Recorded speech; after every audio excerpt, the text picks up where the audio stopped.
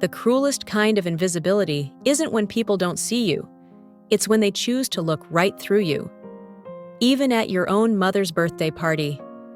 Even when you've spent 3 sleepless nights perfecting every detail, from the hand-rolled spring rolls to the intricately designed cake that sits untouched, unphotographed, forgotten. I'm Victoria, and I've spent years perfecting the art of being ignored. Tonight should have been no different. Except tonight, something snapped. "Mom! Did you see what Uncle Alexander brought?" My daughter, Isabella, tugged at my sleeve, pointing at the massive, ostentatious gift in the corner. A 65-inch TV, because of course, my brother had to overshadow everyone else. That was his specialty. He didn't just arrive at a family event, he dominated it. "That's nice, sweetie," I murmured, adjusting the flower arrangement I had spent hours assembling. Not that anyone noticed.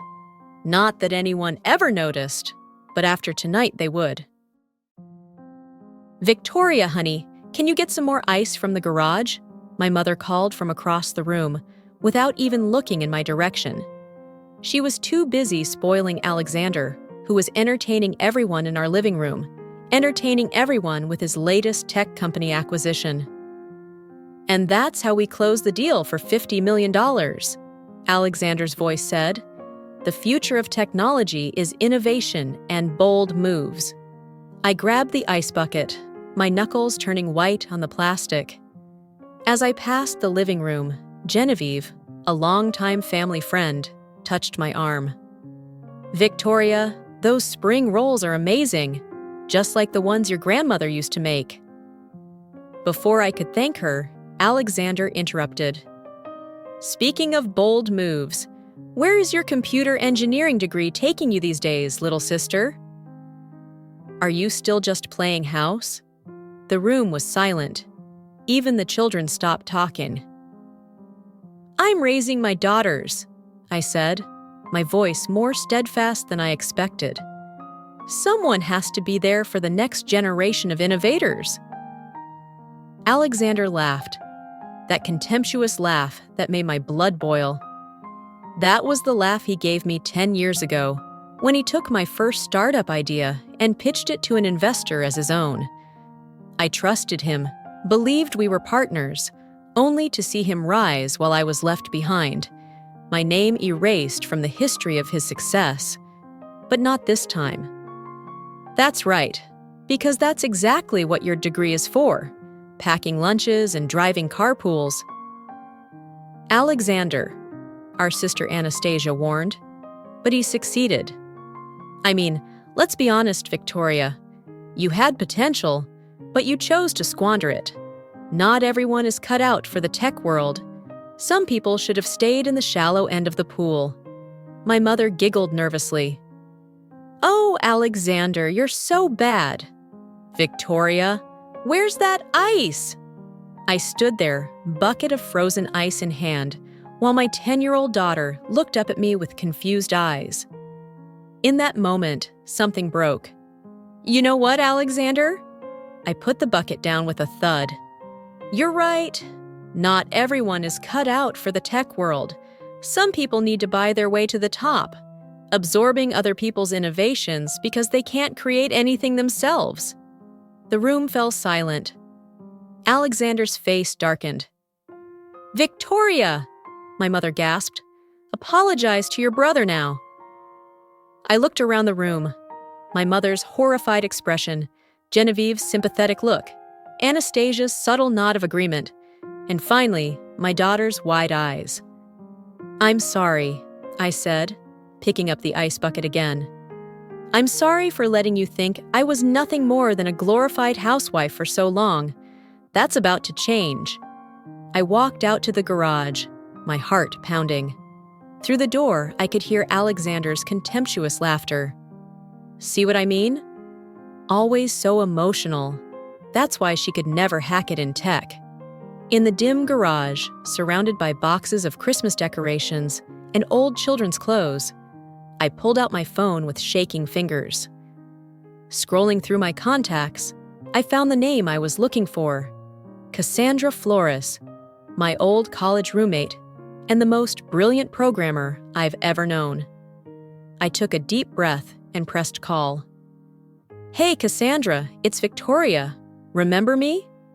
"The app idea we talked about at last year's reunion. The idea you said could revolutionize the way people connect." "I agree. All agree." There was a pause at the other end. "Are you sure? Last time we talked, you said the timing wasn't right." I glanced back at the door, where I could still hear Alexander holding court. "Now is the perfect time. How soon can we see each other?" "I can do it tomorrow morning. Coffee at the grind." "Perfect." I hung up and filled the icebox, a smile appearing on my lips for the first time that evening.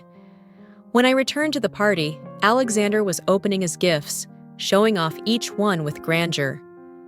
I set down the ice and watched my mother turn on the giant TV he had brought, admiring his generosity, but I hardly saw it. In my mind, I coded, planned, built, created something that would make them all sit up and take notice, something that would force my brother to go back on his word. My daughter pulled my sleeve again. "Victoria, are you okay?" I looked down at her, seeing the same spark of curiosity and determination in her eyes that I had seen in my own reflection. "I'm better, honey. I'm going to show Uncle Alexander exactly what the shallow end of the pool can do." The grind was attracting morning coffee seekers when I spotted Cassandra at our usual corner table. She hasn't changed much since college. Same intense eyes, same habit of tapping her fingers when she gets excited about an idea. "You look like you're on a mission," she said as I sat down, two laptops open in front of her. "More like a warmonger," I replied and pulled out my notebook. "Remember when we talked about creating an app that could predict and prevent technical errors before they happen?" Cassandra's eyes lit up. "Preventative maintenance, AI, Victoria. That could revolutionize the way companies handle their infrastructure. But the algorithm needs to be perfect," I finished. "I know, and I'm working on it." She raised her eyebrows. "While raising 2 kids?" I pulled out my tablet and showed her the rough coding I'd been tinkering with in the late nights after the girls went to bed. "It turns out insomnia and revenge are great motivators." Cassandra glanced over my work, her eyes wide. "This is really cool. You've created a basic framework that can learn from historical failure models, but we need huge amounts of data to train it properly." "I might have a solution for that," I said, sipping my coffee. "Remember Genevieve at my brother's company? She heads their data department and has made many suggestions about their maintenance problems over the years." "The brother who inspired this revenge coding session?" "Alike." At that moment, my phone rang, a text message from my mother. "Family dinner tonight. Don't be late like last time." Cassandra saw my expression change. "Let me guess. Family obligations?" "They still think I'm just playing family," I said, my voice tense. "Even my mother. Yesterday, she told me that I should be grateful that Alexander gave my daughter nice birthday gifts because I couldn't have afforded much on my own." "Then let's prove them wrong," Cassandra said, turning her laptop around. "Look at these market forecasts. Companies lose billions of dollars every year due to preventable technical errors. If we could create an AI that could predict these failures, we could save them millions," I finished, feeling the familiar excitement of a challenging project. "But we need funding, infrastructure." "Leave it to me," Cassandra said. "I have a lot of connections from my time in Silicon Valley. But Victoria, are you sure you're ready for this? It's going to be stressful." Before I could answer, my daughter Isabella's face appeared in the cafe window, pressed against the glass. My other daughter, Juliet, waved frantically beside her. "Victoria, we finished soccer practice early." they burst into the cafe, still wearing their uniforms. "Girls, this is my friend Cassandra," I said as they rushed forward. "We used to code together in college." "You write code?" Isabella's eyes widened. "But Uncle Alexander said—" I gently interrupted her. "Uncle Alexander said a lot of things, but I'm about to show you something even better." "Uncle Alexander doesn't know everything," I interrupted, perhaps too harshly. "Actually, Cassandra and I are doing something quite interesting." "What is it?" Juliet stared intently at the laptop. Cassandra smiled and turned the screen towards them. "Do you see these patterns? We're teaching computers to predict when other computers might go down so we can fix them before they do." "Like when my tablet knows the battery is low?" Isabella asked. "Exactly that, but for big companies with thousands of computers," I said, watching their faces light up with understanding. "How wonderful!" Juliet exclaimed. "Can we help?" I looked at their eager faces, then at Cassandra. "Actually, yes. Girls, do you want to be our first test users? We'll need everyone to try the app once we build it." "Will Uncle Alexander use it too?" Isabella asked innocently. Cassandra caught my eye, a small smirk playing on her lips. "Oh, I have a feeling your Uncle Alexander will definitely be interested in what your mother creates." After dropping the girls off at home, I returned to find that Cassandra had already outlined the basic timeline of the project. "We could have a prototype within 3 months," she said. "But Victoria, you need to do your best. Don't hesitate." I thought about Alexander's smirk at the party yesterday, my mother's dismissive attitude, the shocked faces of my daughters when they saw what I could do. "I agree," I said, pulling my laptop closer. "But make it 2 months. I want to be ready before Alexander's big merger announcement." "Now that's the Victoria I remember from our coding competitions," Cassandra grinned. "People always find ways to save time with their algorithms." We worked until the sun began to set, and the cafe was deserted. My phone rang again, another reminder of family dinner. "Go," Cassandra said, waving to me. "Let's keep up appearances. I'll start setting up our development environment." As I was packing my things, she grabbed my arm. "Victoria, remember, the best revenge isn't just success. It's success they never saw coming." I smiled, thinking of my brother's condescending laugh. "Oh, they won't know this is going to happen," I said, until it was too late to stop it. Stepping out of the car, I felt more relieved than I had in years. The road ahead will be challenging, but for the first time since college, I feel truly alive. The code ran through my mind again, and this time, I wasn't going to let anyone tell me to stay on the shallow end. "Victoria, your laptop is making strange noises again," Isabella called from the kitchen table, where she was supposedly doing homework. "That's because it's running complex calculations," I explained without taking my eyes off the screen.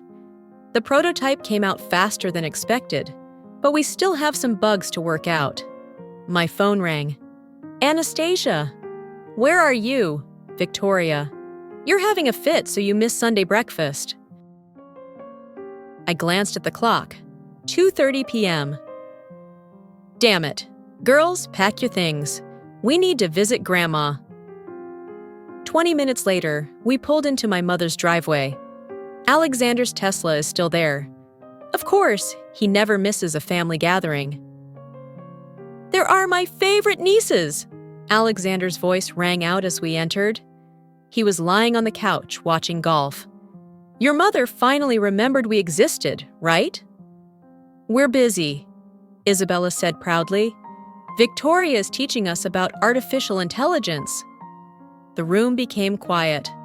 My mother came out of the kitchen, wiping her hands on her apron. "Victoria, really? Filling their heads with complicated nonsense when they should be focusing on their studies." "That's not nonsense," Juliet protested. Victoria building something great. Alexander laughed loudly. Is it now? What's so surprising, kid? Before I could stop her, Juliet began to explain. It's an app that can predict when your computer is about to fail.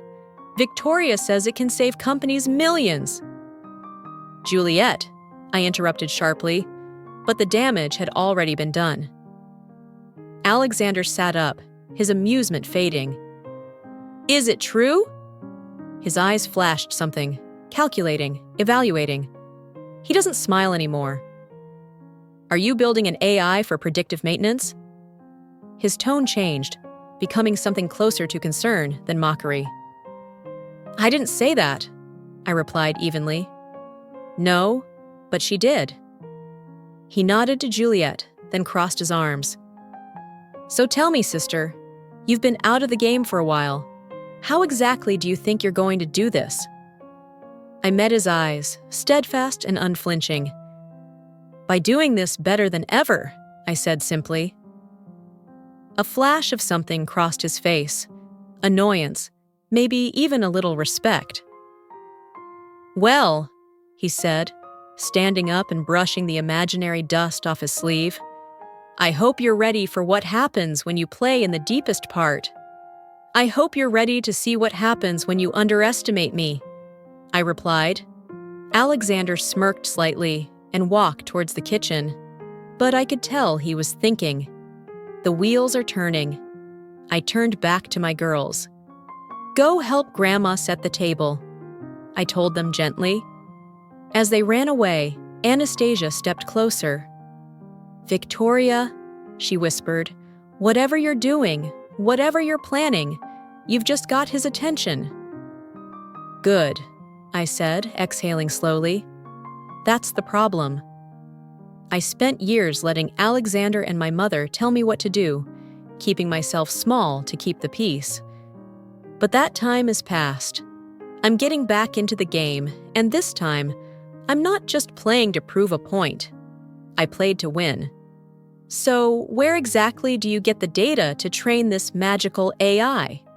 That's none of your business, I said, leading the girls into the kitchen.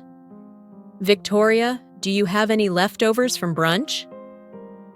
But Alexander didn't let it go. He followed us, forgetting his golf game.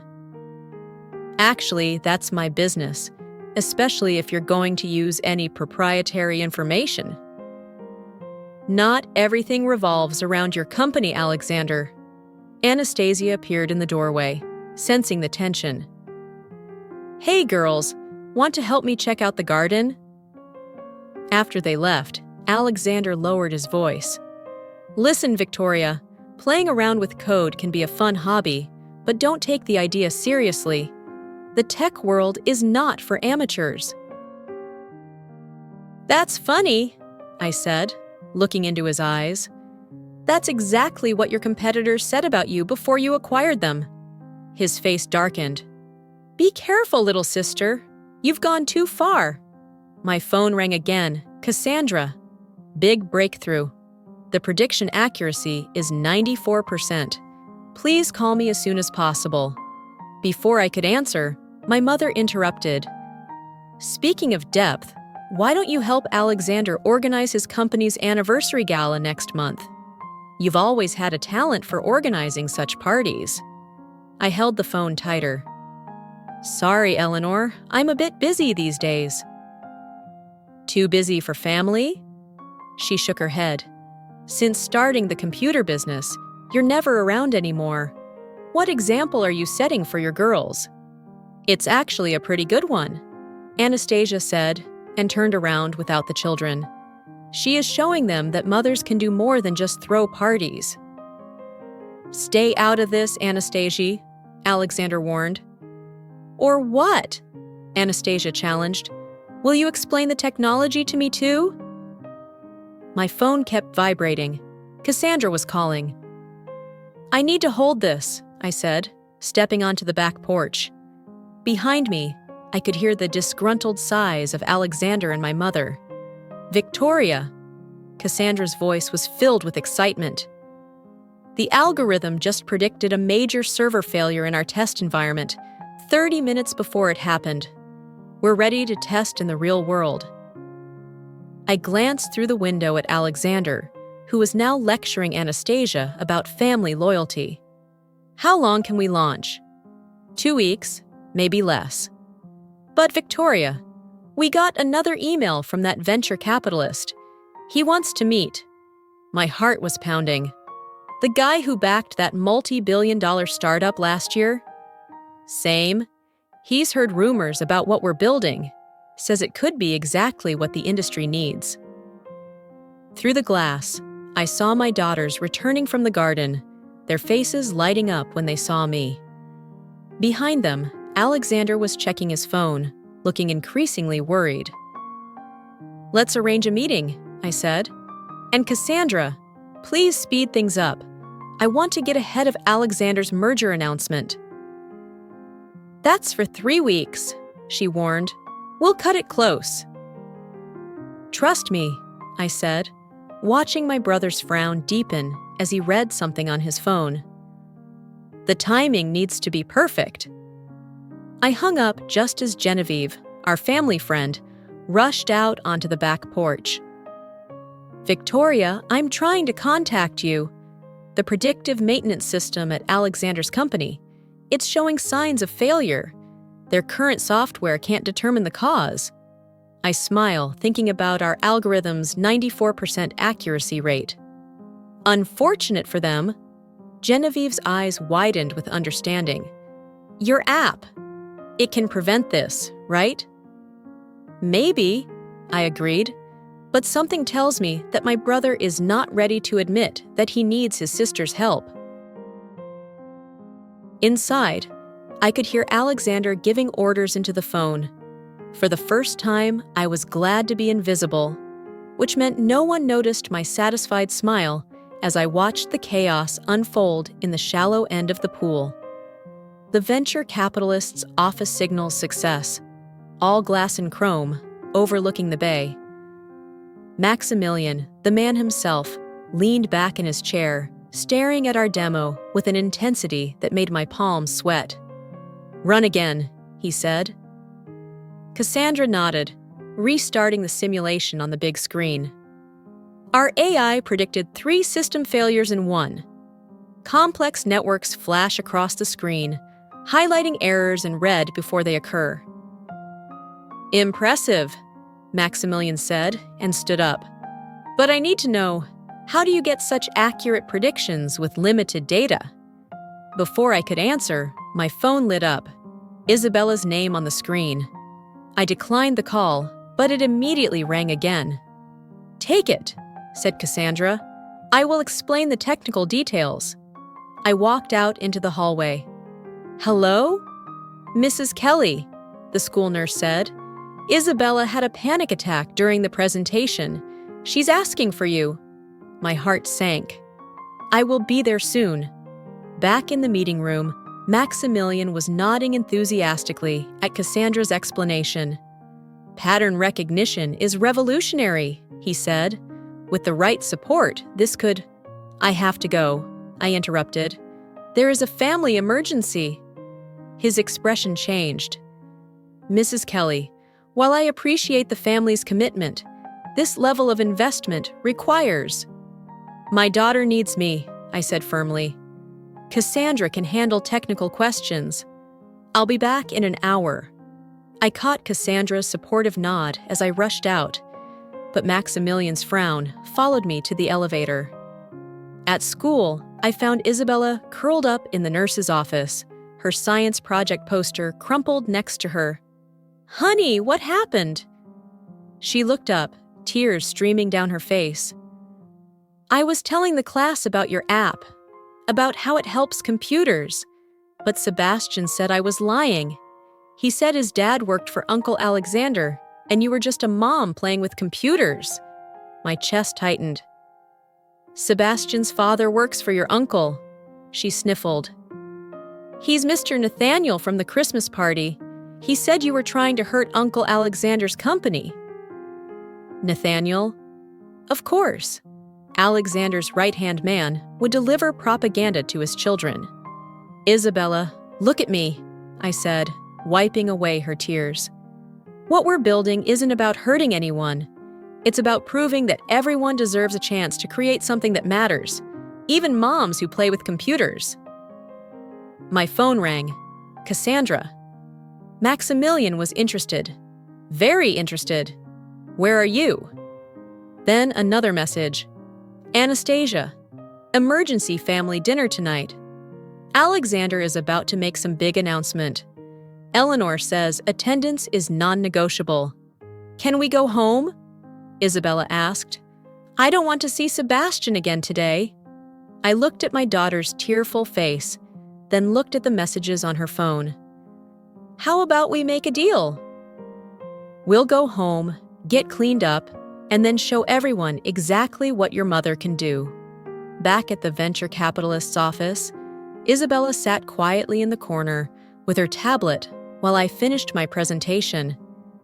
Maximilian remained there along with 2 other investors. "The market potential is clear," Maximilian said, "but your brother's company will announce a competing product next week." I felt Isabella tense behind me. "No, it's not that," I said confidently. "They are announcing a merger that depends on their current systems working perfectly next month." Maximilian raised his eyebrows. "And you know how to do this?" "Because I know my brother," I said, "and I know his system better than he thinks." "Victoria!" Isabella called out. "Uncle Alexander's company is trending on Twitter." We all turned to look at her tablet. The headlines are brutal. "Major system error at tech giant. Customers reported widespread power outages. My phone is exploding with notifications." "Anastasia, I need to get to the place Victoria right now. Alexander is losing it." "Actually, Maximilian," I said, turning to the giant screen in the conference room, "before I go, I want to show you something." I tapped my phone, and Tech Vance's live dashboard of failed systems appeared. Gasps echoed throughout the room as red warnings flashed.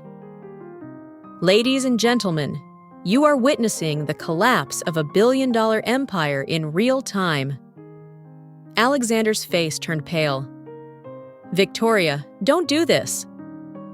But it was too late. The truth has come out. He stood up and held out his hand. "Tomorrow we will prepare the documents. The initial amount is $5 million. Isabella's eyes widened. "Victoria." "It's just the beginning," I finished and shook Maximilian's hand. The journey home to my mother was stressful. Isabella constantly updated Twitter, reading updates about the crisis of Alexander's company. We entered chaos. Alexander was pacing the living room, shouting into the phone. Nathaniel was there too, looking pale. "This is vandalism," Alexander said. "Find out who is responsible." My mother rushed to hug Isabella. "Victoria, where have you been? Your brother is currently in need of family support." "Actually," I said loud enough to be heard over the noise, "what he needs is a better predictive maintenance system." Alexander turned around, an angry look on his face. "What does that mean?" I crossed my arms. "Your system is down, right? Your customers are panicking. Your investors are worried. And let me guess, you don't know why." His jaw clenched. "I know why." I pulled out my phone and touched the screen. Our AI accurately predicted this failure 3 days ago. Nathaniel's eyes narrowed. He wasn't surprised. He has known about these vulnerabilities for a long time. He covered them up, denied the reports, and silenced the engineers. And now, his deception is about to collapse. "Right?" I scrolled through the app, holding it up for them to see. "Your infrastructure has been vulnerable for months. Your systems have flagged problems, but your software cannot interpret the patterns. Our software can..." Alexander's face turned red. "You knew this was coming and didn't say anything?" I tilted my head. Are you willing to listen? Silent. Nathaniel cleared his throat. Victoria, if your system could actually do this. Maybe, I interrupted. And yes. Alexander breathed heavily. What do you want? I smiled. Oh, I don't want anything. But I'd say your company does. More silence. Then Nathaniel stepped forward. Victoria, let's talk. I glanced at Isabella, who was watching with wide eyes. No, I said, shaking my head. Not today. I turned to my mother. Thanks for dinner, Eleanor, but I think we'll go home. Alexander frowned. You are making a mistake. No, Alexander, I said, leading Isabella to the door. For once, I made the right decision. As I walked out, my phone rang again. Cassandra. Maximilian just increased his offer. He costs $10 million. I smiled, feeling lighter than I had in years. It turns out the shallow end of the pool isn't that shallow at all. The room fell silent. Nathaniel's eyes narrowed. What are you developing? Exactly so, I replied and pulled out my tablet. The same person who predicted this failure 3 days ago. Alexander's face turned from red to purple. You knew? You knew this was going to happen, and you didn't say anything? Like you said, brother, some people need to stay at the shallow end of the pool. I met his eyes. But sometimes the shallowest part is where you find the cracks in the foundation. Isabella stepped forward, her voice small but clear. Victoria's app can fix anything, Uncle Alexander, if you'll listen to her. The room held its breath as Alexander looked from his niece to me, his company crumbling around him, his image of perfection shattered, like the systems he had failed to protect. How much? He finally asked. I smiled when I thought of Maximilian's suggestion. Oh, brother, we're over that now. Tech's newest rising star, Victoria. Stay at home takes Silicon Valley by storm. The headline flashed across my laptop screen as Cassandra paced our new office, taking calls from reporters. No, she's not available to comment right now, she said for the 100th time. Yes, we will attend the tech conference next week. No, we will not discuss the rumors about TechVance's system failure. I closed my laptop, my mind spinning. In just 3 days, our app went from a secret project to a viral project. Maximilian's investment has made headlines, and our beta testing waiting list is growing. Victoria! Juliet burst into the office, waving her phone. You're trending on TikTok. Some girl made a video of you appearing before her dad, who said women can't code. Wonderful, I muttered, just as my mother's number appeared on the screen. I let it go to voicemail. Victoria, Cassandra said, covering her phone's microphone. Nathaniel is here. He wants to see you. Send him in. I straightened my jacket, grateful that I chose to wear a power suit today. Nathaniel stormed in, his usual polite exterior slightly frayed. This has gone far enough, Victoria. You need to stop this media circus before it destroys your brother's company. That's funny, I said, keeping my voice calm. I don't remember Alexander worrying about destroying other companies when he bought them. This is different. This is family. Yes, that's right. I stood up. And my family should have recognized my potential instead of dismissing it. Eleanor, Juliet pulled my sleeve. Uncle Alexander is on TV again. We all turned toward the mounted screen, where Alexander was holding an emergency press conference. He looked tired, his usual confidence cracking. While we acknowledge recent technical difficulties, TechVance remains committed to providing the highest quality service to our customers, he said firmly. He's drowning, Nathaniel said quietly. Your little revenge project is working. Happy now? Before I could answer, Genevieve burst into the office. "Victoria, you need to see this." Someone leaked internal emails from Tech Vance. "They knew about the system vulnerabilities months ago," she said breathlessly, "but covered them up." My blood is cold. "What?" "It's all over Twitter," she said, pulling up the feeds on her tablet. "Timestamps, red flags, everything. They missed a lot of red flags because fixing the problems would have delayed the merger." Nathaniel's face turned white. "Those emails are confidential." "They were negligent," I corrected, "and now everyone knows it." My phone rang again. "Anastasia, turn on Channel 7, now."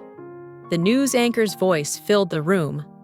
Latest news about Tech Vance's business activities. Sources confirmed that company leaders, including CEO Alexander Kelly, deliberately ignored warnings about system vulnerabilities. In related news, former employee Victoria Kelly's new predictive maintenance app has been hailed as a potential solution to prevent such catastrophic failures. "Victoria," Juliet whispered, "you're famous." Nathaniel stepped closer, his voice low. "Get rid of the dogs, Victoria. Cooperate with us. We can benefit everyone." "Like Alexander did things for me?" I pointed to the screen where his press conference was taking place. "By treating me like a programmer with a hobby of playing house?" "You've made your point," he said through gritted teeth. "No, Nathaniel," I said, tilting my head. "I have not." I picked up my phone and scrolled through Maximilian's latest email. "Here's what's going to happen. We're launching beta next week, before the Tech Vance merger, before Alexander can pivot." His jaw clenched. "Victoria, you don't want to make enemies here." I raised my eyebrows. "Alexander is the one who turned this into a war." Nathaniel sighed. "What do you want?" I smiled and stepped back. "Oh, I don't need anything from you, but I'd say Tech Vance does." More silence. Then Nathaniel adjusted his tie. "Victoria, let's talk." "No," I said, shaking my head. "Not today." I turned to my team. "Let's get back to work." Nathaniel stood stunned for a moment, before rushing out, slamming the door behind him. Juliet grinned. "Does this mean Uncle Alexander has to take back everything he said about you?" "Oh, honey," I said and laughed. He had no other choice. When I looked back at the screen, the news panel was running another update. Tech Vance shares plummet as leaked emails confirm the cover-up. Investors demand a change in leadership. My phone rang. "Maximilian, we are extending the agreement. Let's talk." I slowly exhaled, a triumphant smile on my lips. It turns out the shallow end of the pool isn't that shallow at all. Nathaniel begged. "But this isn't just about Alexander anymore. Thousands of jobs are at stake." My phone lit up with another call, this time from Maximilian. "The tech conference wants you to give a keynote," he said when I answered. "They're pushing Alexander out of the slot." I looked at Nathaniel's desperate face, my daughter's proud expression, Cassandra's questioning eyes. "Tell them I will do it," I said to Maximilian, "but I have one condition." After hanging up, I turned to Nathaniel. "Tell my brother I want a meeting tonight, just the two of us. If he says no, then I'll tell my story at the keynote. All of it, including how the CEO of Tech Vance treats his own sister's tech innovations."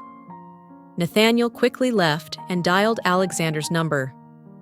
Cassandra waited until the door closed before speaking. "Are you sure about this? We caught them.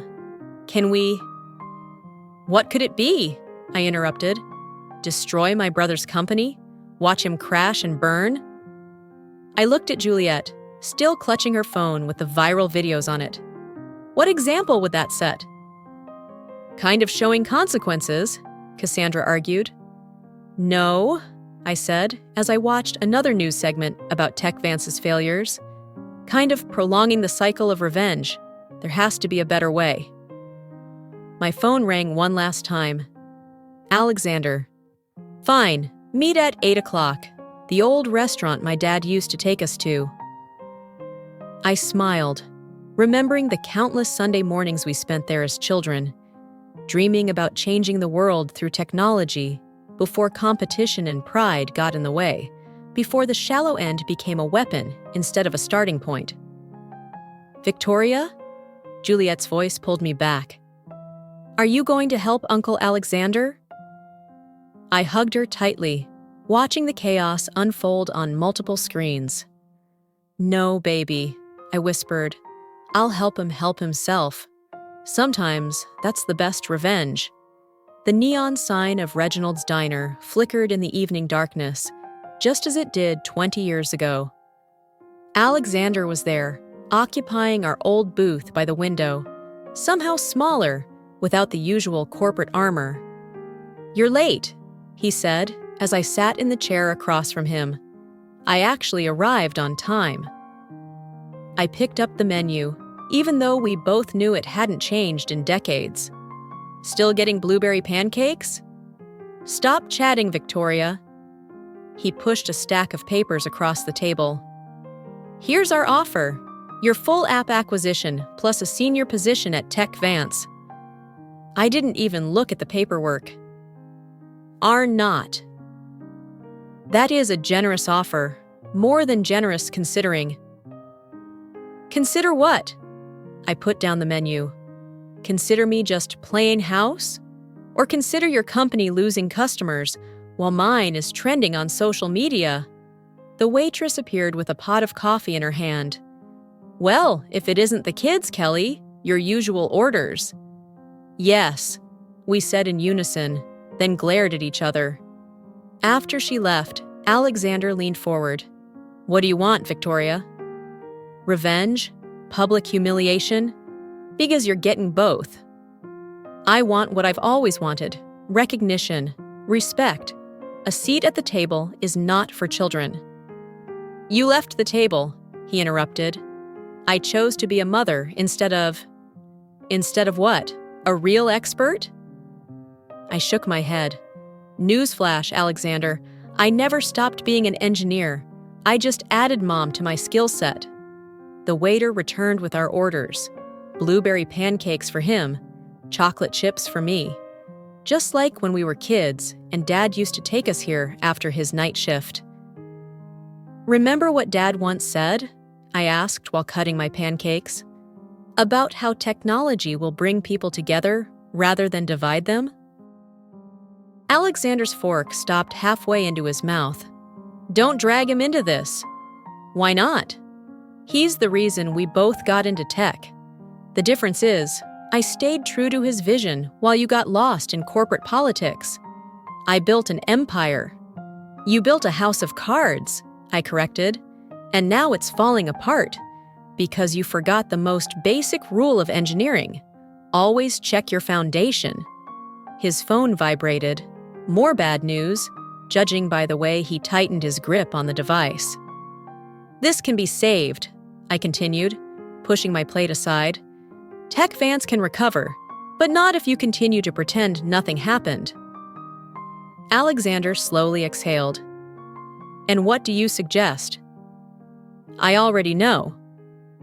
I took out my tablet and tapped the screen, showing him our latest AI predictions. This is what you need. This is what your customers need. He stared at the data, silent but listening. After all, you will work with me, right? He finally asked. I'll work with Tech Vance, I corrected. If, and only if, you admit you were wrong. Publicly, you admit that your system is flawed, that our AI is the future, and that it was your sister who got you there. His jaw clenched. Are you enjoying this? I sipped my coffee. Extremely. Alexander rubbed his temples. I need to talk to the board. Let's do it. I stood up and dropped a few bills on the table. But hurry, because in 24 hours, I'll be on stage at the biggest tech conference of the year. And if we don't have a deal by then? I smiled. Well, let's just say I have an important speech to give, and a lot of people really want to hear my story. He looked up at me, the weight of the truth finally sinking. See you at the conference, Alexander. As I stepped out into the night, I felt lighter than I had in years. This isn't just about winning anymore. This is about building something that will last. His expression changed. The merger is collapsing, he admitted. Our stock is in free fall. I know. I pulled out my tablet and opened our app interface. But it doesn't have to be that way. What do you mean? I turned the screen towards him. This is a live simulation of your network. Do you see these red points? They are potential points of failure that our AI has identified. And these green paths?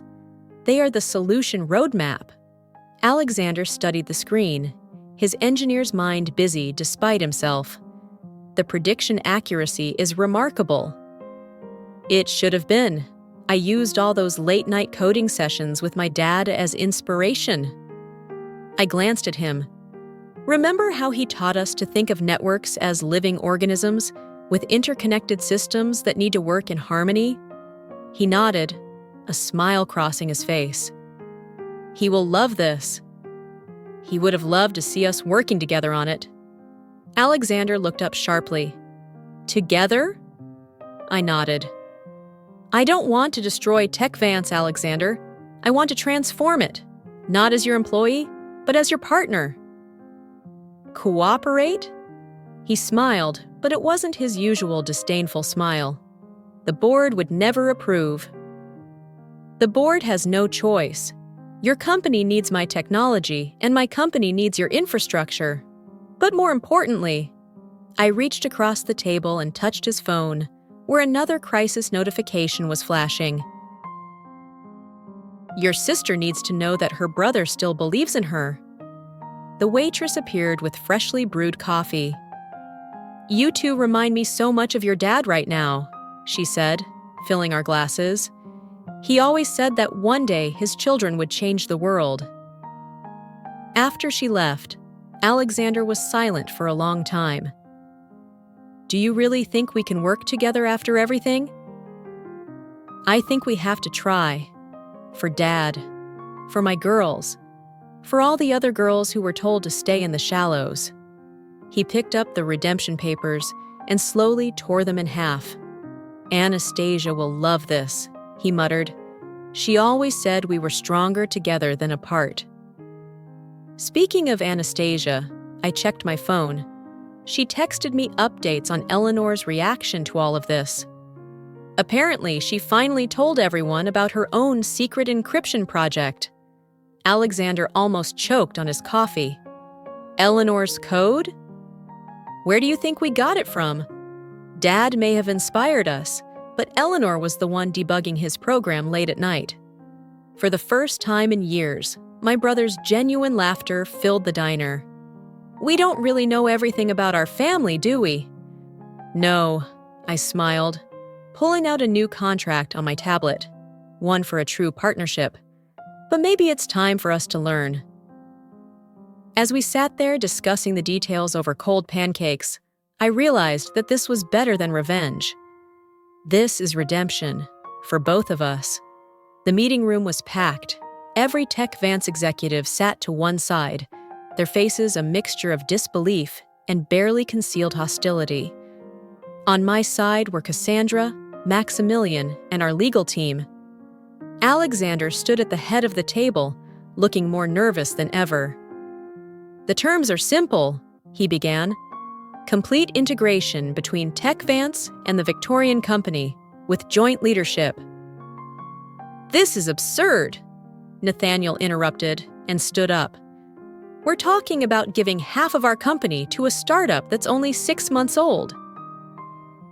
A startup predicted, and could have prevented, our recent catastrophic failures, Alexander countered. What they already suspected, Nathaniel replied, glaring at me. I slowly stood up. Do you want to know exactly how we know? I tapped away at my laptop, projecting our data onto the screen on the wall. This is your system log for the past year. Every warning sign, every red flag, every potential failure point you missed.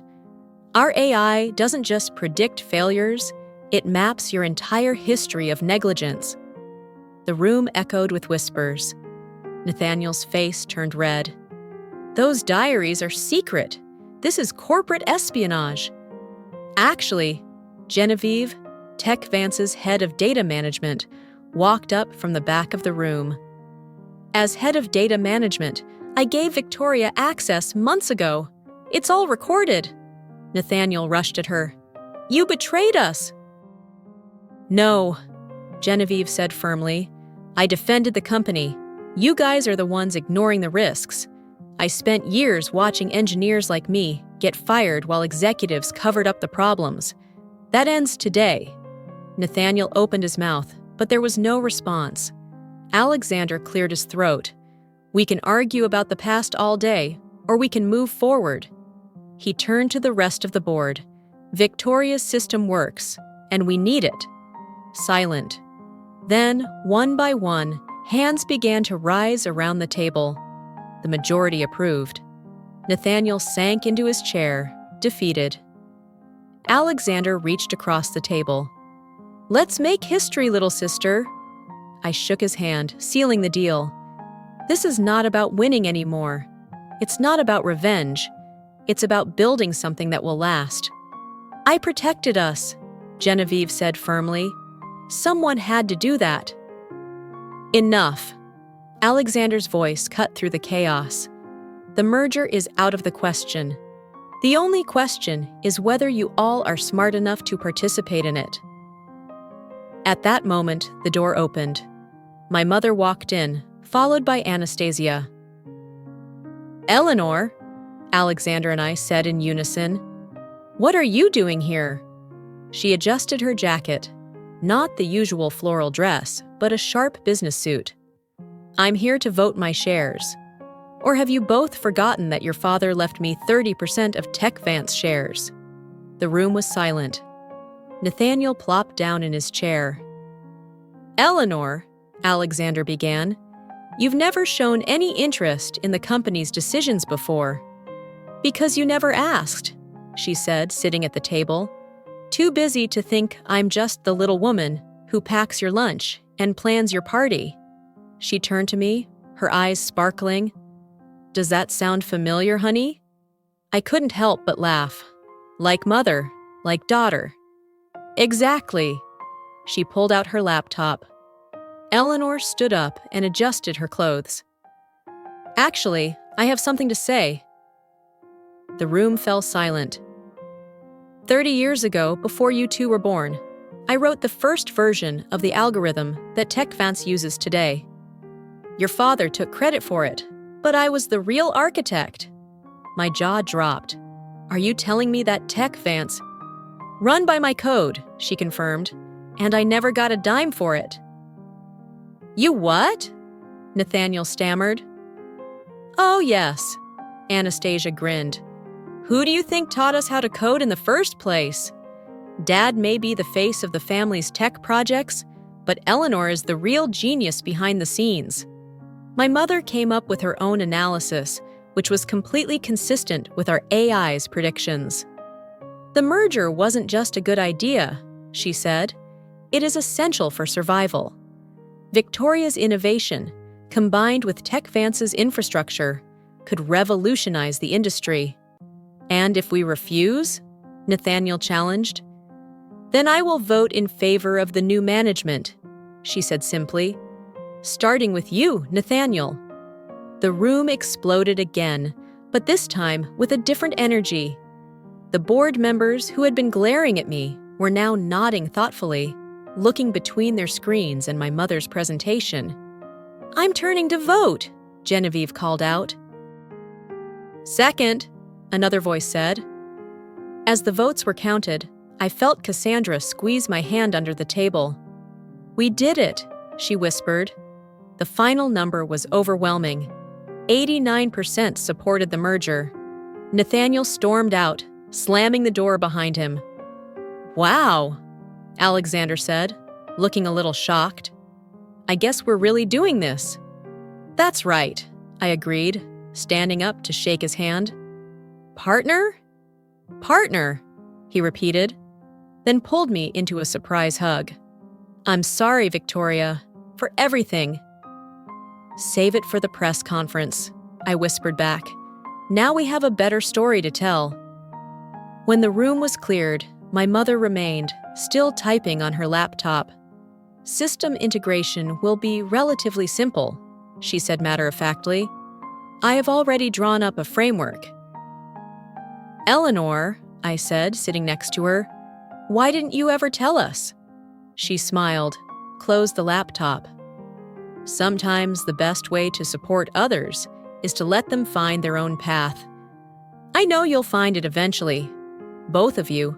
She glanced between Alexander and me. "All these years of watching you two fight have taught me valuable lessons. He about humility and I about perseverance." She stood up and adjusted her clothes. "Now, who's hungry? I heard Reginald's Diner has really good pancakes." Alexander laughed loudly from the doorway. "Some things never change." "No," my mother said, looking at us with pride, "but some things will change for the better." As we left the meeting room, now a family again, but stronger and wiser, I checked my phone. Isabella texted, "Did you win, Victoria?" I smiled and typed again. "We all did it, baby. We all did." The revenge I sought turned into something much stronger, understanding. As we walked to the diner, I realized something. The shallow end of the pool had never been an issue. The point is for others to determine its depth. The technology hall is bustling with energy. And now, to present our keynote on the future of prediction technology, please welcome Victoria and Alexander. I walked up to the stage and waved to the announcer. "Just Victoria," I said, clutching the microphone. "I have earned the right to stand up for myself." The hall rang with applause. In the front row, Isabella and Juliet smiled brightly. While my mother wiped away her tears, Alexander sat next to her and gave me a subtle thumbs up. "Everyone loves a story about revenge," I began, pacing the stage. "The weak rise up. The weak." I paused, letting the words sink in. But today, I want to talk about something stronger than revenge: recognition. The screen behind me lit up with our app interface, now seamlessly integrated with TechVance's systems. This technology wasn't born out of corporate competition or market analysis. It was born at my kitchen table, between helping with homework and preparing dinner. I clicked on the next page, which showed a photo of my daughter's beta testing. Innovation doesn't care where you work. It doesn't care if you're in the corner office or home office. It only cares whether you're brave enough to challenge the status quo. Movement at the back of the hall caught my attention. Nathaniel walked in, looking uncomfortable but determined. He had previously called, asking to rejoin the company in a reduced role. His humility surprised me. When we announced the merger last week, people called it a corporate fairy tale, David and Goliath joining forces. I smiled at Alexander. But they missed the point. It's not about small or big, or home or office. It's about recognizing that innovation can come from anywhere. The next slide shows my mother's early coding projects from the 1980s. Sometimes the most powerful code runs silently in the background, unrecognized but essential. Like women who teach themselves to code while their kids sleep, or mothers who debug systems between soccer practices. In the audience, Genevieve nodded, thinking of the times she had protected the company from itself. Next to her, Anastasia gave me a proud smile. Our combined company combines more than just technology, I continued. We're combining perspectives, the view from the corner office and the view from the kitchen table, because sometimes you need both to get the complete picture. I clicked on my last slide, a simple photo of our family at Reginald's Diner, taken just yesterday. The shallow end of the pool isn't a limitation, it's the foundation. And I'm grateful to everyone who tried to keep me there, because it taught me how to build something deeper. The applause was deafening, but I wasn't finished speaking yet. Which brings me to our latest announcement. The room was silent.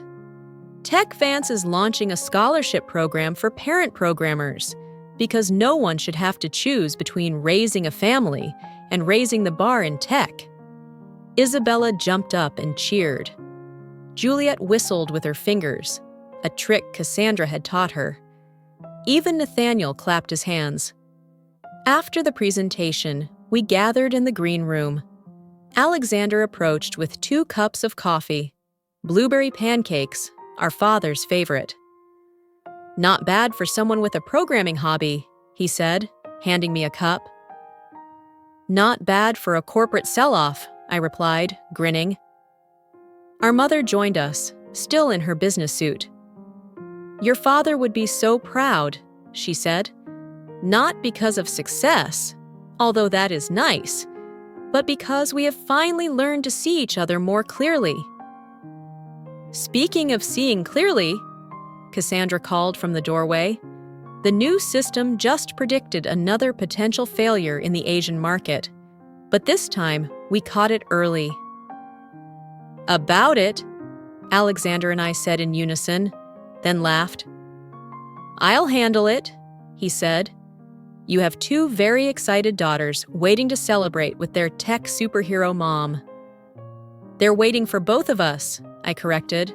"Their uncle, the CEO, and their mother, the innovator. The whole family is going to Reginald's." "The whole family," my mother repeated gently, taking both of our hands. "Final." As we walked out together, reporters called for attention. "Victoria, what's it like to go from a stay-at-home mom to a tech pioneer?" I stopped and looked at the proud faces of my daughters. "I don't go from place to place," I said. "I've always been both. The world wasn't ready to see that until now." Isabella pulled my sleeve. "Victoria, Sebastian at school wanted to know if he could attend his coding camp this summer, a camp for kids whose parents work in tech." "Of course he can," I said, taking her hand. Nathaniel looked at me gratefully from across the room.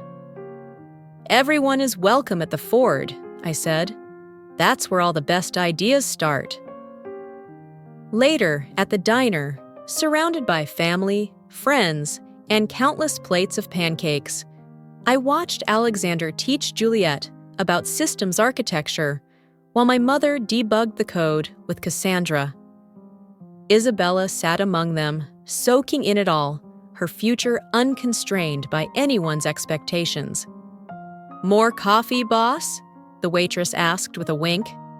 "Just Victoria," I corrected, smiling. "I'm no one's boss. I'm just a mom who writes code." "And that," Anastasia said, raising her cup of coffee, "is exactly what makes you a boss." We clinked our glasses together, celebrating not the revenge I had sought, but the recognition I had found, not just from others, but from myself. Sometimes the sweetest victory is not proving others wrong, but proving yourself right.